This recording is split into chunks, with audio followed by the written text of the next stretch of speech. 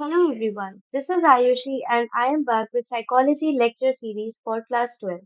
हम chapter 6 attitude and social cognition के बारे में डिस्कस कर रहे हैं, जिसके पार्ट 1 में हमने पढ़ा था कि एटीट्यूड्स क्या होते हैं।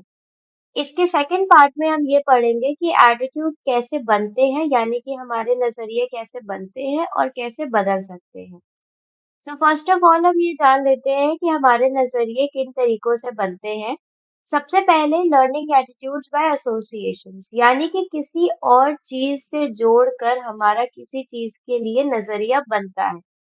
फॉर एग्जाम्पल, अगर हमारी इंग्लिश की टीचर बहुत अच्छी है या वो बहुत अच्छा पढ़ाती हैं, तो हमें इंग्लिश सब्जेक्ट के लिए लगाव हो जाएगा या हमें इंग्लिश सब्जेक्ट पसंद आ जाएगा। इसमें जो इंग्लिश सब्जेक्ट का पसंद है वो हमारे टीचर की पसंद से एसोसिएट हो गया है, यानी कि हम टीचर को पसंद करते हैं, इसीलिए हमारा नजरिया इंग्लिश सब्जेक्ट को पसंद करने का हो गया, यानी कि पॉजिटिव हो गया है। नेक्स्ट है learning attitude by being rewarded और पनिश्ड। जब हमें किसी नजरिए के लिए, किसी व्यवहार के लिए अवार्ड किया जाता है, तो हम उस व्यवहार को बढ़ाते हैं या वो नजरिया हम अपनाते हैं। लेकिन अगर उसी नजरिए के लिए हमें पनिश किया गया हो, हमें दंड दिया गया हो, तो हमारा वो नजरिया नहीं बनता है। फॉर एग्जाम्पल, अगर किसी बच्चे को प्रेज किया जा रहा है कि आप योगा करते हो, ये बहुत अच्छा तरीका है अपने आप को हेल्दी रखने का, तो उस बच्चे का योगा के प्रति पॉजिटिव एटीट्यूड बन जाएगा। लेकिन अगर मान लीजिए कोई बच्चा है, उसे हमेशा डांटा जाता है कि तुम्हारी इंग्लिश अच्छी नहीं है, तुम अच्छा नहीं कर पाओगे, तो उसका इंग्लिश के प्रति नेगेटिव एटीट्यूड बन जाएगा। लर्निंग एटीट्यूड थ्रू मॉडलिंग या ऑब्जर्विंग अदर्स, इसमें ये कहते हैं कि हम जो नजरिए होते हैं, वो दूसरों को देखकर या उनको ऑब्जर्व कर कर सीखते हैं। फॉर एग्जाम्पल, अगर हम किसी पर्टिकुलर इंसान को देख रहे हैं कि उसका जो एटीट्यूड है, उसका जो नजरिया है, उसको अवार्ड दिया जा रहा है या उसको पनिश किया जा रहा है, तो हम उसके हिसाब से अपना नजरिया बनाते हैं। फॉर एग्जाम्पल, हम देखते हैं कि हमारे माता पिता जब अपने से बड़ों का पैर छूते हैं, तो उन्हें आशीर्वाद दिया जाता है या उन्हें रिवॉर्ड दिया जाता है। इसीलिए हम उन लोगों को देखकर वो नजरिया अपनाते हैं और हम भी दूसरों का पैर छूना सीख जाते हैं। लेकिन फॉर एग्जाम्पल, अगर हमारे बड़े भाई को किसी चीज के लिए दंड दिया गया हो, फॉर एग्जाम्पल वो रात को देर से घर आया हो, तो उसे दंड दिया गया हो, तो हम उस चीज को देखकर ये सीखेंगे कि हमें घर जल्दी आना है। फोर्थ मेथड होता है लर्निंग एटीट्यूड थ्रू ग्रुप और कल्चरल नॉर्म। हम जिस वातावरण, जिस तरह के कल्चर या जिस तरह के ग्रुप में रहते हैं, वो ग्रुप हमें कुछ नॉर्म्स या तौर तरीके सिखाता है व्यवहार करने का। नॉर्म्स जो होते हैं वो रूल्स होते हैं जिन्हें लिखा नहीं गया होता है, जो बताते हैं कि हमें हर परिस्थिति में किस प्रकार का व्यवहार करना है या किस प्रकार का व्यवहार उचित है। तो हमारा ग्रुप या हम जिस तरह के समाज में रहते हैं, वो हमें ये चीजें सिखाता है कि हमें क्या व्यवहार करना चाहिए, उसी हिसाब से हम अपने एटीट्यूड्स फ्रेम करते हैं। जो एटीट्यूड्स ग्रुप और कल्चरल नॉर्म से बनते हैं, वो इन तीनों तरह की लर्निंग से एसोसिएटेड होते हैं, यानी कि इन तीनों तरीके से हम ग्रुप और कल्चरल नॉर्म्स के एटीट्यूड फॉर्म कर सकते हैं। Learning attitudes by association group और कल्चरल नॉर्म में देखा जा सकता है, रिवॉर्ड और पनिशमेंट देखा जा सकता है। फॉर एग्जाम्पल, भगवान की पूजा करना, ये सब चीजें हमारा ग्रुप या हमारा समाज हमको सिखाता है। लास्ट है learning through exposure to information. हमें जिस प्रकार की इंफॉर्मेशन या जानकारियां हासिल होती हैं अलग अलग सोर्सेस से, फॉर एग्जांपल न्यूज़पेपर हो गया, मीडिया हो गया, सोशल नेटवर्क हो गया, उन चीजों से भी हम अपने नजरिए बनाते हैं। आजकल सोशल मीडिया के इतना ज़्यादा चलन की वजह से बहुत लोग सोशल मीडिया पे ऐसी चीज़ें देखते हैं, जिनकी वजह से उनका एटीट्यूड उसकी तरफ उस तरह से बन जाता है। ये जो एटीट्यूड होता है, ये बहुत पॉजिटिव भी बन सकता है और नेगेटिव भी बन सकता है। फॉर एग्जाम्पल, अगर सोशल मीडिया ने किसी एक कोल्ड ड्रिंक को बहुत गलत तरीके से दिखाया हो, तो इंसान का एटीट्यूड उस कोल्ड ड्रिंक की तरफ नेगेटिव बन जाएगा। नेक्स्ट हम ये बात करते हैं कि ऐसे कौन कौन से चीजें हैं जो एटीट्यूड के बनने को या उसके ना बनने को प्रभावित करती हैं। सबसे पहला है फैमिली एंड स्कूल एनवायरनमेंट। तो बच्चा जब पैदा होता है तो सबसे पहले वो अपने परिवार में पला पला बड़ा रहता है। तो उसका परिवार उसके नजरिए बनाने में बहुत महत्वपूर्ण काम करता है। जब बच्चा बड़ा होता है तो उसका स्कूल, उसके टीचर्स, उसके जो दोस्त होते हैं, वो उसका नजरिया बनाने में काफी मदद करते हैं या उसके नजरियों को प्रभावित करते हैं। जो कि स्कूल और परिवार में जो एटीट्यूड हम सीखते हैं वो एसोसिएशन से हो सकते हैं, रिवॉर्ड पनिशमेंट से हो सकते हैं या मॉडलिंग से हो सकते हैं। इसका एग्जाम्पल हमने पहले पढ़ा था एसोसिएशन, यानी कि हम किसी चीज को किसी और चीज से जोड़कर सीखते हैं। रिवॉर्ड पनिशमेंट हम हमारे माता पिता के दोस्त बड़ों को पैर छूने के लिए सीखते हैं। मॉडलिंग हम ये सीखते हैं कि हमें किस प्रकार से व्यवहार करने चाहिए, किस प्रकार से व्यवहार नहीं करने चाहिए। नेक्स्ट फैक्टर होता है रेफरेंस ग्रुप। रेफरेंस ग्रुप्स जो होते हैं ये हमारे समाज में ऐसे ग्रुप्स बनते हैं जो हमें तरीके सिखाते हैं एक एक्सेप्टेबल व्यवहार के लिए, या जो व्यवहार हमें करना चाहिए उन व्यवहारों के बारे में हमें तौर तरीके बताते हैं। ये जो रेफरेंस ग्रुप्स होते हैं ये ज्यादातर learning group of cultural norms के थ्रू हम ये सीखते हैं। इनके जो इन्फ्लुएंस है, मतलब इनका जो प्रभाव है, वो बहुत जल्दी देखने को मिल जाता है लोगों में, और अक्सर कर ये अडोलेसेंस में देखने को मिलता है, यानी कि 13 से 18 साल की उम्र में बच्चे रेफरेंस ग्रुप से प्रभावित होते हैं क्योंकि वो सामाजिक जीवन में ढल जाते हैं। थर्ड एग्जाम्पल है पर्सनल एक्सपीरियंस। हमारे जो खुद के एक्सपीरियंस होते हैं हमारे समाज में, हमारे पर्सनल जो भी एक्सपीरियंसेस होते हैं, वो हमारे नजरियों को बदलने में या बनाने में काम करते हैं। इसका रियल लाइफ एग्जाम्पल है, एक सोल्जर था या एक फौजी था। वो युद्ध में उसने अपने पैर खो दिए थे लड़ाई में। उसके बाद वो अपने गांव वापस चला गया और उसने अपने गांव में सोशल सर्विस शुरू कर दी। वो अपने बड़े बुजुर्गों की मदद करता था, अपने से जो छोटे बच्चे थे उनको स्कूल में पढ़ाता था। तो ऐसी चीजें उसने करनी शुरू कर दी। तो उसका जो पर्सनल एक्सपीरियंस था युद्ध का और उसके बाद घर वापस लौटने का, इस चीज ने उसका नजरिया सोशल सर्विस या समाज सेवा की तरफ पॉजिटिव बना दिया था। फोर्थ जो सबसे ज्यादा प्रचलित प्रभाव होता है वो होता है मीडिया का। तो हमारी टेक्नोलॉजी इतना जल्दी बढ़ रही है और ऑडियो विजुअल जो मीडिया है वो इतना जल्दी हमारे तक पहुंच जाता है इंटरनेट के थ्रू, कि हमें जानकारियां बहुत जल्दी हासिल हो जाती हैं। इनके थ्रू हम बहुत चीजें सीखते हैं और बहुत चीजें बदलते हैं। मीडिया जो होता है ये हमारे ऊपर सही प्रभाव भी डालता है और कभी-कभी गलत प्रभाव भी डाल देता है। फॉर एग्जाम्पल आजकल बच्चों के ऊपर गेम्स का या जो अग्रेसिव गेम्स होते हैं इनका बहुत बुरा प्रभाव पड़ रहा है इनके व्यवहार पर। तो ये जो इन्फ्लुएंसेस होते हैं ये आजकल बहुत प्रचलन में है क्योंकि बच्चे सबसे ज्यादा, बच्चे बड़े सब लोग सबसे ज्यादा इन्हीं चीजों से आजकल सीखने लगे हैं। तो ये हो गई बात कि हमारे एटीट्यूड्स कैसे बनते हैं। अब नेक्स्ट हम ये जानेंगे कि हमारे एटीट्यूड्स कैसे बदलते हैं। हमारे एटीट्यूड्स के बदलने के 3 कॉन्सेप्ट्स दिए गए हैं, यानी कि 3 तरीकों से हमारे एटीट्यूड्स बदल सकते हैं। इनके 3 थ्योरीज दी हैं। फर्स्ट थ्योरी है कॉन्सेप्ट ऑफ बैलेंस की, जिसको कॉन्सेप्ट ऑफ बैलेंस थ्योरी है। इसको फ्रिट्ज हीडर नाम के साइकोलॉजिस्ट ने दी है। इसको कभी-कभी पीओएक्स ट्रायंगल की थ्योरी से भी जाना जाता है, क्योंकि हम इस थ्योरी की या अपने जो एटीट्यूड्स हैं उसको इस तरह के पीओएक्स ट्रायंगल के अंदर देखते हैं। तो इसमें जो पी होता है वो कोई एक इंसान होता है जिसका नजरिया हम पढ़ रहे होते हैं। जो ओ होता है वो दूसरा इंसान होता है जिसका प्रभाव पहले इंसान यानी पी के ऊपर पड़ता है। एक्स जो होता है वो एटीट्यूड ऑब्जेक्ट होता है जिसके प्रति हम किसी का नजरिया पढ़ रहे होते हैं। इस थ्योरी का जो बेसिक आइडिया है वो कहता है कि हमारे एटीट्यूड बदल जाते हैं अगर हमारे एटीट्यूड्स के बीच में या पी या ओ, मतलब पी पहले इंसान और दूसरे इंसान के बीच में, या दूसरे इंसान और एटीट्यूड ऑब्जेक्ट के बीच में, या पहले इंसान और एटीट्यूड ऑब्जेक्ट के बीच में अगर इम्बैलेंस का रिश्ता होता है, तो हमारे एटीट्यूड बदल जाते हैं। ये इसलिए होता है क्योंकि अगर हमारे एटीट्यूड इम्बैलेंस में होंगे, वो बैलेंस्ड नहीं होंगे, तो हम अनकंफर्टेबल फील करेंगे, हमें इरिटेशन होगा। इसीलिए जो एटीट्यूड है वो बदल जाता है ताकि हम इन चीजों को बैलेंस कर पाए। अब ये जान लेते हैं कि बैलेंस एटीट्यूड का मतलब क्या होता है। फॉर एग्जाम्पल अगर ये ट्रायंगल है, ठीक है, तो पी और ओ इनका रिश्ता पॉजिटिव है, यानी कि यहाँ पे प्लस बना लेते हैं।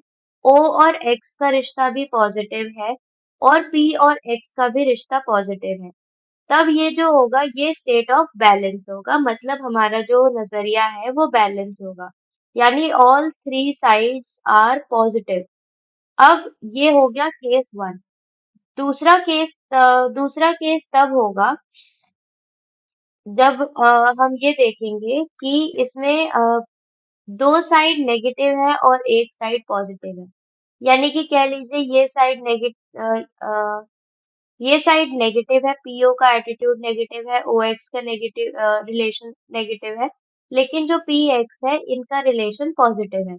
तो ये भी हो जाएगा स्टेट ऑफ बैलेंस। और अगर मान लीजिए ये वाला साइड नेगेटिव है, ये वाला साइड नेगेटिव है, लेकिन ये वाला साइड पॉजिटिव है, तो भी ये स्टेट ऑफ बैलेंस होगा। इसी तरीके से अगर ये वाला साइड नेगेटिव है, ये वाला साइड नेगेटिव है और ये वाला साइड पॉजिटिव है, तो भी ये बैलेंस का केस बनेगा। तो हमने बैलेंस का पढ़ लिया। अब हम स्टेट ऑफ इम्बैलेंस की बात करते हैं। जैसे कि बैलेंस में तीनों साइड पॉजिटिव होने चाहिए या दो साइड नेगेटिव और एक साइड पॉजिटिव होना चाहिए।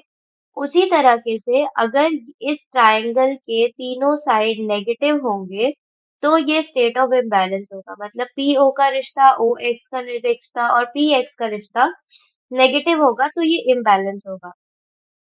इसका ये केस वन है। केस टू में हम ये जानेंगे कि अगर दो साइड पॉजिटिव है और एक साइड नेगेटिव है, तो भी वो इम्बैलेंस का केस होगा। यानी कि अगर पीओ का रिश्ता पॉजिटिव है, ओ एक्स का रिश्ता पॉजिटिव है और पी एक्स का रिश्ता नेगेटिव है, तो ये स्टेट ऑफ इम्बैलेंस होगा। बैलेंस में हमने सीखा था कि दो साइड नेगेटिव होनी चाहिए और एक साइड पॉजिटिव। यहाँ पे उल्टा है, दो साइड पॉजिटिव है और एक साइड नेगेटिव है, तब वो इम्बैलेंस में रहेगा। इसी तरीके से अगर ये वाली साइड पॉजिटिव है और ये वाली साइड पॉजिटिव है, इसके बाद अगर ये वाली साइड नेगेटिव है, तो भी ये इम्बैलेंस का केस होगा। तो ये हो गए बैलेंस और इम्बैलेंस के केसेस। अब हम इसको एग्जाम्पल से जान लेते हैं। फॉर एग्जाम्पल अगर हमारा एटीट्यूड ऑब्जेक्ट है डाउरी, यानी कि हमने डाउरी या दहेज के बारे में एटीट्यूड सीखना है। तो ये हम यहाँ पे डी लिख लेते हैं जो डाउरी को दर्शाता है, यानी हमारा जो एटीट्यूड ऑब्जेक्ट एक्स है वो डाउरी है।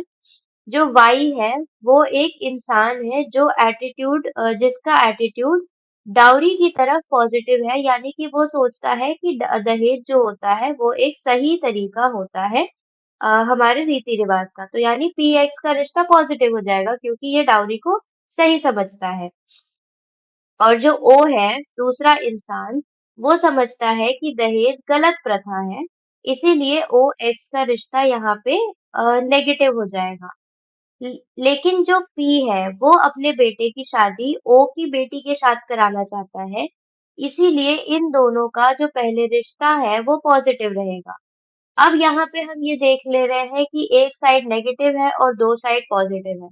इससे हमको ये देखने को मिलता है कि ये जो स्टेट है ये इम्बैलेंस का स्टेट है, यानी कि इस एटीट्यूड को बदलना पड़ेगा जिसकी वजह से बैलेंस क्रिएट हो। तो ये हमने अभी जाना कि पी एक्स पॉजिटिव है, ओ एक्स नेगेटिव है और पीओ पॉजिटिव है।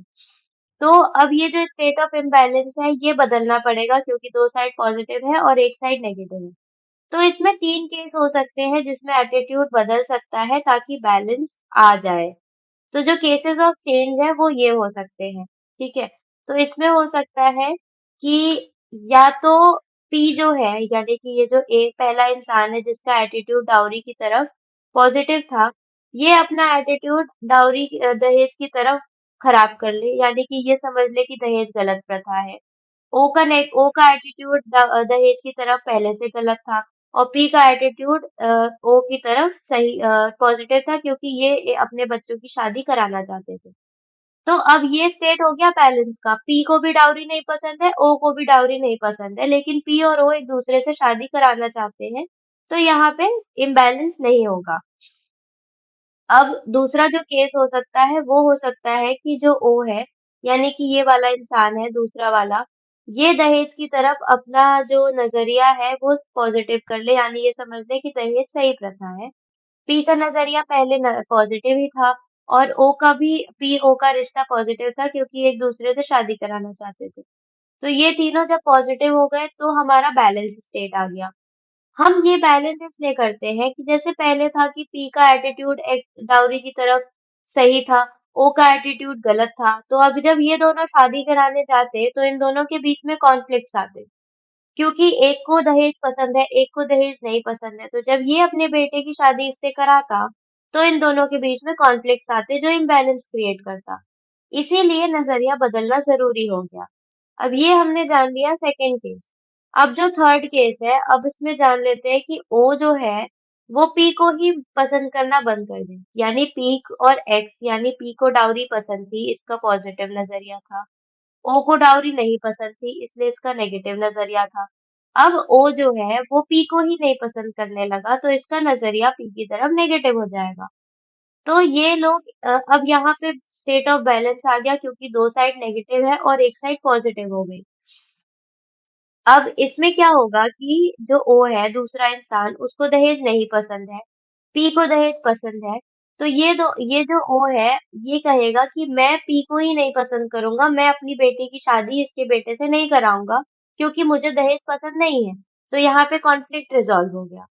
इसीलिए इस कॉन्फ्लिक्ट्स को रिजॉल्व करने के लिए हम बैलेंस का स्टेट क्रिएट करते हैं जो कि ये वाले स्टेट्स होते हैं। ये हो गया कॉन्सेप्ट ऑफ बैलेंस। नेक्स्ट जो कॉन्सेप्ट है ये है कॉन्सेप्ट ऑफ कॉग्निटिव डिसोनेंस। इसको दिया था लियोन फेस्टिंगर नाम के साइकोलॉजिस्ट ने। इन्होंने कॉग्निटिव कंपोनेंट के ऊपर ज्यादा फोकस दिया है, यानी कि हमारे जो विचार होते हैं। जो कॉन्सेप्ट ऑफ बैलेंस था वो हमारे व्यवहारों के ऊपर ज्यादा फोकस कर रहा था। जो कॉग्निटिव डिसोनेंस की थ्योरी है वो हमारे कॉग्निटिव या हमारे दिमागी स्थिति को फोकस देता है। इसका जो बेसिक आइडिया होता है ये कहते हैं कि जो भी नजरिए का कॉग्निटिव कंपोनेंट होता है, जो दो नजरिए होते हैं या दो कॉग्निशन होते हैं, उन दोनों को एक साथ कॉन्सोनेंट होना चाहिए, यानी कि वो दोनों एक दूसरे से सहमत होने चाहिए। अगर वो लोग सहमत नहीं होंगे या कॉग्निशन डिसोनेंट होंगे, तो एक नजरिए को बदलना पड़ेगा ताकि कॉन्सोनेंस आ पाए। अब इसका एग्जाम्पल है कि फॉर एग्जाम्पल हमारा पान मसाला के प्रति दो नजरिया है। पहला नजरिया बोलता है कि पान मसाला खाने की वजह से मुंह में कैंसर होता है जिससे मृत्यु हो सकती है। और जो दूसरा कॉग्निशन है वो ये कहता है कि मैं पान मसाला खाता हूँ। तो ये दोनों कॉग्निशन डिसोनेंस हो जाएंगे क्योंकि इंसान ये भी सोचता है कि पान मसाला खाने से कैंसर हो सकता है और वो तब भी पान मसाला खाता है, तो उसके दिमाग में कॉन्सोनेंट नहीं आएगा। उसके ये दोनों कॉग्निशन एक दूसरे से कॉन्फ्लिक्टिंग रहेंगे। अब ये दोनों कॉग्निशन जब डिसोनेंट हैं तो एक को बदलना पड़ेगा ताकि कॉन्सोनेंस आ पाए। तो अब जो नजरिया बदलेगा जिसकी वजह से डिसोनेंस खत्म हो, वो कुछ इस प्रकार से रहेगा। कॉग्निशन वन है कि पान मसाला से माउथ कैंसर होता है और कॉग्निशन टू है कि मैं पान मसाला खाना बंद कर दूं। तो इससे ये रहेगा कि पान मसाला से कैंसर होता है इसलिए मैंने पान मसाला खाना बंद कर दिया। तो ये दोनों कॉग्निशंस एक दूसरे से सहमत है जिसकी वजह से इंसान को दिक्कत नहीं महसूस होगी। उनके ये दोनों कॉग्निशंस बैलेंस में रहेंगे। नेक्स्ट जो इसका जो एक्सपेरिमेंट है ये दिया था।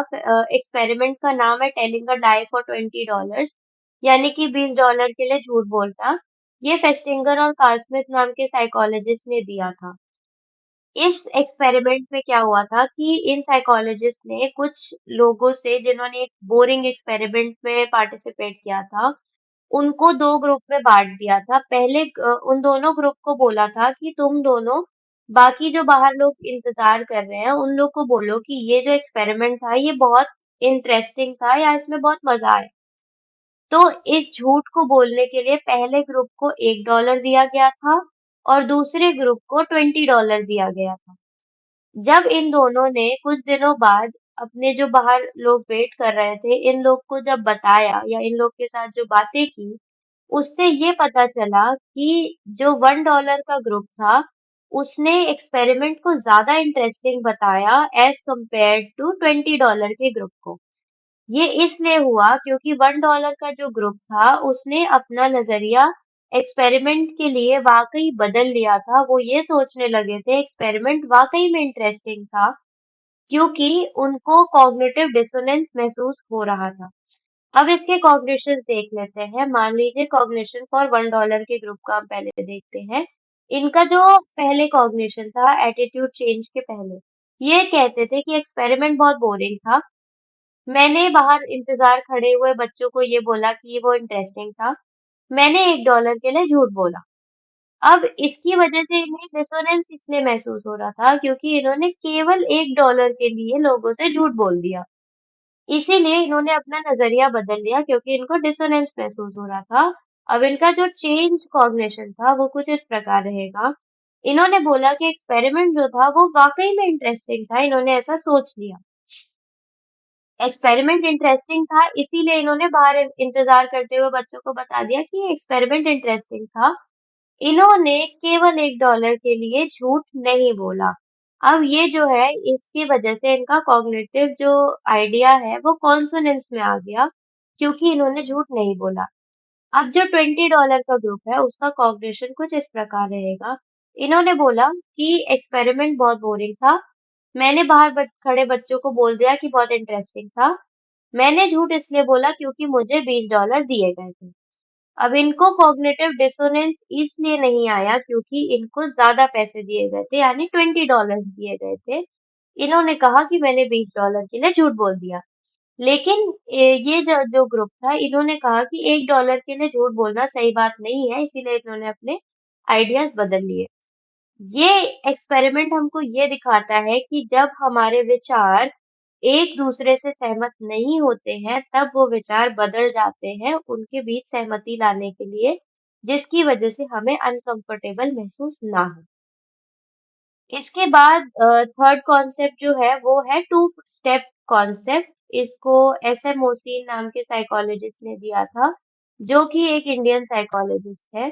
ये कहते हैं कि हमारे जो एटीट्यूड्स होते हैं वो दो स्टेप्स में बदलते हैं।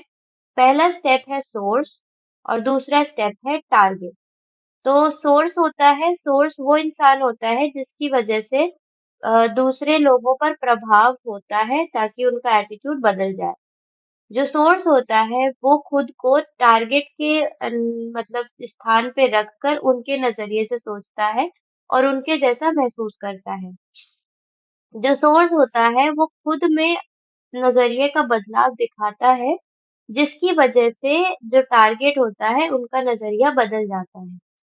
जो टारगेट होता है वो अब सोर्स से खुद को जोड़े हुए समझता है। वो समझता है कि सोर्स जो है वो बहुत मतलब अच्छा इंसान है। वो उसके नजरिए से सोचता है और जब सोर्स कोई चीज करता है तो टारगेट अपना नजरिया उसी हिसाब से बदल लेता है।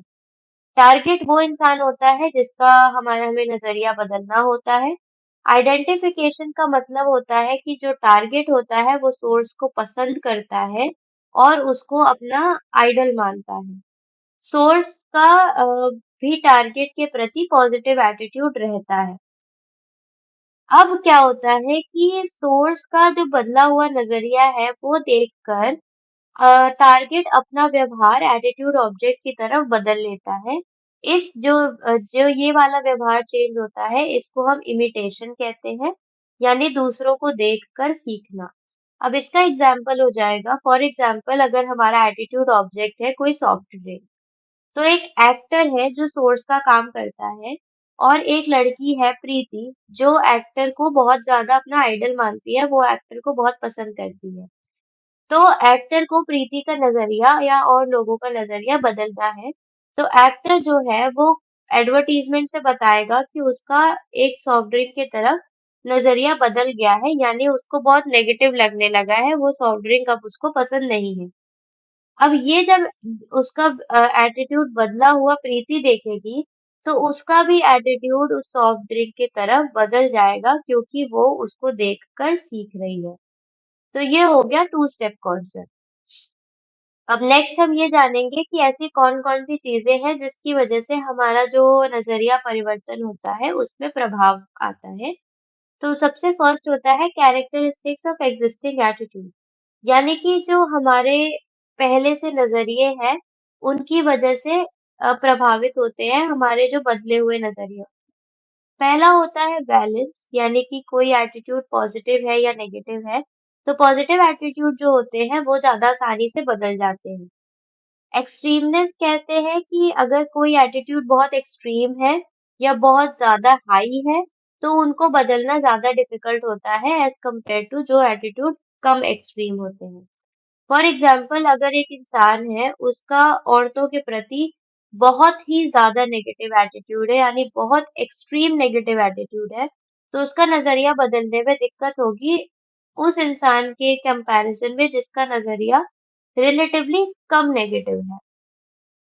थर्ड कॉन्सेप्ट है मल्टीप्लेक्सिटी का। इसमें सिंपल और कॉम्प्लेक्स एटीट्यूड्स आते हैं, जिसको हमने लास्ट लेक्चर में पढ़ा था।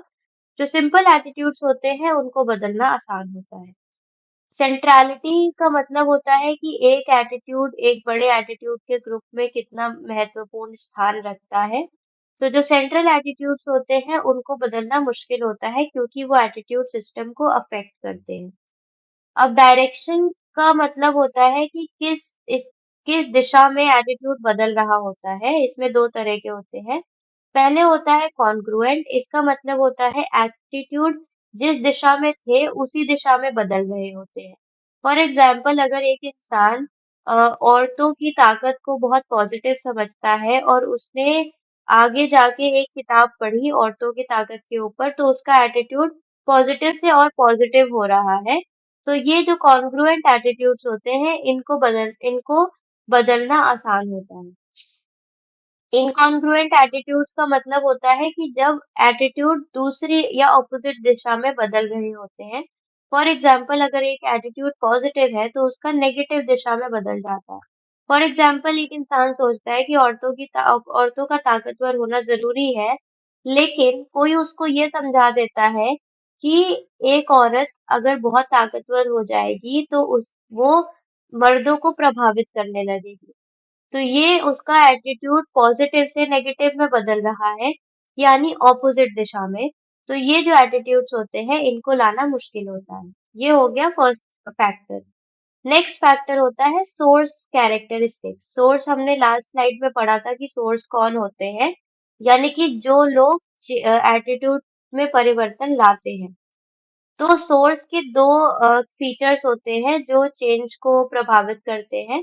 पहला होता है क्रेडिबिलिटी, यानी कि एक मैसेज इस इंसान से आ रहा है जो उस फील्ड में बहुत माहिर है। फॉर एग्जाम्पल, अगर किसी इंसान को लैपटॉप खरीदना हो और उस लैपटॉप का एडवर्टीजमेंट कोई इंजीनियर कर रहा होता है, तो वो एडवर्टीजमेंट क्रेडिबल लगता है और इंसान वही लैपटॉप खरीदता है। नेक्स्ट फीचर होता है अट्रैक्टिवनेस, यानी कि जो सोर्स है वो कितना प्रभावित दिख रहा है। ये जो होता है ये ज्यादातर इश्तिहारों में इस्तेमाल किया जाता है, क्योंकि जो मॉडल होते हैं या एक्टर एक्ट्रेसेस होते हैं वो लोगों को प्रभावित करते हैं, क्योंकि उनका अट्रैक्टिव नेचर होता है। इसीलिए उनको इश्तिहारों में लाया जाता है ताकि लोगों का एटीट्यूड किसी एक पर्टिकुलर ऑब्जेक्ट या किसी चीज को लेकर पॉजिटिव या नेगेटिव बने। थर्ड फैक्टर होता है जिससे एटीट्यूड प्रभावित होते हैं, वो होते हैं मैसेज मैसेज कैरेक्टरिस्टिक्स, यानी कि जो मैसेज पहुंचाया गया है इंसान के प्रति किसी एटीट्यूड को बदलने के लिए, वो मैसेज क्या चीज दर्शा रहा है। इसमें चार चीजें होती है। पहला होता है रैशनल अपील, यानी कि कोई मैसेज कितनी अच्छी जानकारी दे रहा है किसी पर्टिकुलर ऑब्जेक्ट के लिए। फॉर एग्जाम्पल अगर प्रेशर कुकर का एग्जाम्पल लेंगे कि प्रेशर कुकर एक एटीट्यूड ऑब्जेक्ट है, तो वो फ्यूल बचाता है और वो ज्यादा बचत करता है। ये हो गया रैशनल अपील, क्योंकि वो जानकारी दे रहा है कि वो फ्यूल बचाता है। नेक्स्ट हो गया इमोशनल अपील। ये जो होता है ये लोगों की भावनाओं को ट्रिगर करता है। फॉर एग्जाम्पल अगर प्रेशर कुकर का ही एग्जाम्पल हम ले, तो कोई इश्तेहार बताता है कि ये प्रेशर कुकर है, ये बच्चों के लिए बहुत न्यूट्रिशियस खाना बनाता है, इसकी वजह से बच्चे ताकतवर होते हैं। तो ये जो होता है ये लोगों की भावनाओं को ट्रिगर करता है, इसकी वजह से लोग अपना एटीट्यूड बदलते हैं किसी भी वस्तु के लिए। थर्ड होता है मोटिव, यानी कि कोई भी मैसेज है वो क्या चीज दर्शाना चाह रहा है। फॉर एग्जाम्पल दूध पी के इंसान बहुत मजबूत या ताकतवर हो जाता है, तो ये मोटिव है, यानी कि दूध पीने से क्या चीज हासिल हो रही है, ये चीज इंसान को बताता है हमारा इश्तिहार, जिसकी वजह से इंसान अपने नजरिए उस इश्तिहार की तरफ पॉजिटिव या नेगेटिव बनाते हैं। लास्ट होता है मोड, यानी कि किस तरीके से वो मैसेज लोगों तक पहुंचाया गया है। या तो वो एक दूसरे के सामने आकर डायरेक्ट पहुंचाया गया है, या वो इनडायरेक्ट मेथड से जैसे कि इश्तिहारों, पेपर्स, मैगजीन्स, इन सब तरीकों से पहुंचाया गया है। नेक्स्ट होता है टारगेट कैरेक्टरिस्टिक्स, यानी कि जिनका एटीट्यूड हमें बदलना है, उनके कैरेक्टरिस्टिक्स कैसे होते हैं, ये भी हमारे एटीट्यूड चेंज को प्रभावित करता है। इसमें फर्स्ट फैक्टर होता है परसुएसिबिलिटी, यानी कि एक इंसान कितना जल्दी किसी चीज से प्रभावित हो सकता है, ये उसके एटीट्यूड में परिवर्तन को दर्शाता है। जो इंसान बहुत ज्यादा बदलने वाला होता है या बहुत आसानी से लोगों की बात मान लेता है, उसका एटीट्यूड परिवर्तन करना आसान होता है। स्ट्रॉन्ग प्रेजुडिसेस, यानी कि नेगेटिव एटीट्यूड्स जो लोग रखते हैं, जिनके बहुत ही ज्यादा मजबूत एटीट्यूड्स होते हैं, वो एटीट्यूड चेंज उनका बहुत मुश्किल से किया जा सकता है। सेल्फ एस्टीम, यानी जो खुद के ऊपर बहुत विश्वास रखते हैं या अपने उनका आत्मबल बहुत ज्यादा होता है, उनका एटीट्यूड बदलना मुश्किल होता है। इंटेलिजेंस, यानी कि बुद्धि, जो लोग जिनका इंटेलिजेंस कम होता है, उनका एटीट्यूड बदलना आसान होता है, लेकिन कभी-कभी जो इंटेलिजेंट लोग होते हैं, वो आसानी से एटीट्यूड बदल लेते हैं, क्योंकि उनका जो एटीट्यूड बदलने का बेस होता है, वो होता है जानकारी और उनके विचार। फॉर एग्जाम्पल अगर आपको किसी लैपटॉप का ऐड करना है एक गांव में और एक शहर में, तो गाँव वाले लोग नहीं समझेंगे जल्दी, क्योंकि उनके पास उनकी उस चीज़ की जानकारी नहीं है, उनका इंटेलिजेंस उस मामले में कम है। लेकिन शहर के लोग अपना एटीट्यूड उस लैपटॉप के लिए परिवर्तित कर लेंगे, क्योंकि उनके पास उसके बारे में ज़्यादा जानकारी है। तो ये हो गए फैक्टर्स जो एटीट्यूड परिवर्तन को प्रभावित करते हैं। लास्ट में हम ये जानेंगे कि एटीट्यूड या हमारे नज़रिए और हमारे व्यवहार के बीच में क्या रिश्ता होता है। ज़रूरी नहीं है कि इंसान का जो नज़रिया होता है वो उनके व्यवहारों में हमेशा दर्शे। इसीलिए ऐसे इसी तरह से ज़रूरी ये भी नहीं होता है कि इंसान का जो व्यवहार होता है वो एटीट्यूड के ऑपोज़िट हो। कभी-कभी एटीट्यूड जो होता है उसी के हिसाब से हम व्यवहार करते हैं। कभी-कभी ऐसा होता है कि हमारे नज़रिए अलग होते हैं लेकिन हमारा व्यवहार अलग होता है। एटीट्यूड और हमारे नज़रिए और हमारे व्यवहार तभी एक-दूसरे के साथ प्रभावित होंगे, जब ये सारे फैक्टर्स या ये सारे केसेस मौजूद होंगे। एटीट्यूड जो है वो एक सेंट्रल प्लेस बनाता है एटीट्यूड सिस्टम में, यानी कि उसका जो उस नज़रिए का जो महत्व है वो बहुत ज़्यादा है। इंसान को अपने एटीट्यूड के बारे में जानकारी है। बाहर से इंसान के ऊपर कोई प्रेशर नहीं है उसके एटीट्यूड को बदलने के लिए। इंसान का जो बिहेवियर है वो किसी और के द्वारा देखा नहीं जा रहा है, या इंसान जो है वो अपने एटीट्यूड के लिए बहुत पॉजिटिव है और उसको लगता है कि मैं ऐसा व्यवहार करूंगा तो इसके पॉजिटिव आउटकम्स होंगे। एटीट्यूड बिहेवियर रिश्ते को दिखाने के लिए लापियोरे नाम के साइकोलॉजिस्ट ने एक स्टडी कंडक्ट की थी अमेरिकन लोगों के ऊपर। युद्ध के समय अमेरिकन का जो नज़रिया था चाइनीज़ लोगों के लिए वो बहुत नेगेटिव हो गया था। वो उन लोग को बहुत बुरे तरीके से देखते थे। तो रिसर्चर ने एक चाइनीज कपल को बोला था कि आप यूनाइटेड स्टेट्स में जाके घूमो और डिफरेंट अलग-अलग होटल्स में रुको। जितनी बार वो होटल में रुके थे, उनको केवल एक बार एक होटल ने मना किया था रहने के लिए क्योंकि उनके नेगेटिव एटीट्यूड थे, बाकी होटलों ने उन्हें जगह दे दी थी। कुछ टाइम बाद रिसर्चर ने उन सारे होटलों में एक क्वेश्चनर भेजा था, जिसमें ये पूछा गया था कि आप किसी चाइनीज कपल को रहने के लिए जगह दोगे या नहीं दोगे? तो उसमें से सबसे ज़्यादा होटल ने ये बोला था कि हम चाइनीज़ गेस्ट को रहने के लिए जगह नहीं देंगे क्योंकि उनका उसकी तरफ नेगेटिव एटीट्यूड था। अब उन्होंने ये चाइनीज़ गेस्ट को रहने से इनकार कर दिया था।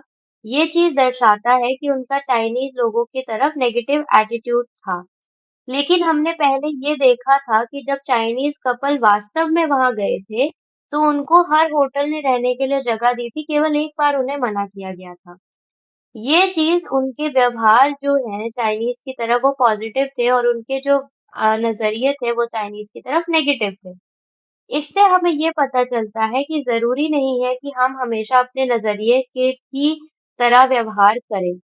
कभी-कभी हमारे जो व्यवहार होते हैं वो भी हमारे नज़रिए को बदल देते हैं। फॉर एग्ज़ाम्पल अभी जो हमने टेलिंग अ लाई फॉर $20 वाला एक्सपेरिमेंट देखा था, उसमें लोगों का जो व्यवहार था झूठ बोलने का, वो उनके एटीट्यूड या उनके नज़रिए को बदलता है कि एक्सपेरिमेंट वाक़ई में इंटरेस्टिंग था। तो ये होता है एक नज़रिए और व्यवहार के बीच में रिश्ता। इस टॉपिक से रिलेटेड अगर आपको कोई भी डाउट्स या क्वेरीज हैं, तो आप अपने क्वेश्चंस कमेंट सेक्शन में पूछ सकते हैं। साइकोलॉजी से रिलेटेड ऐसी ही एजुकेशनल वीडियोस के लिए गुरुकुल चैनल को सब्सक्राइब करना ना भूलें।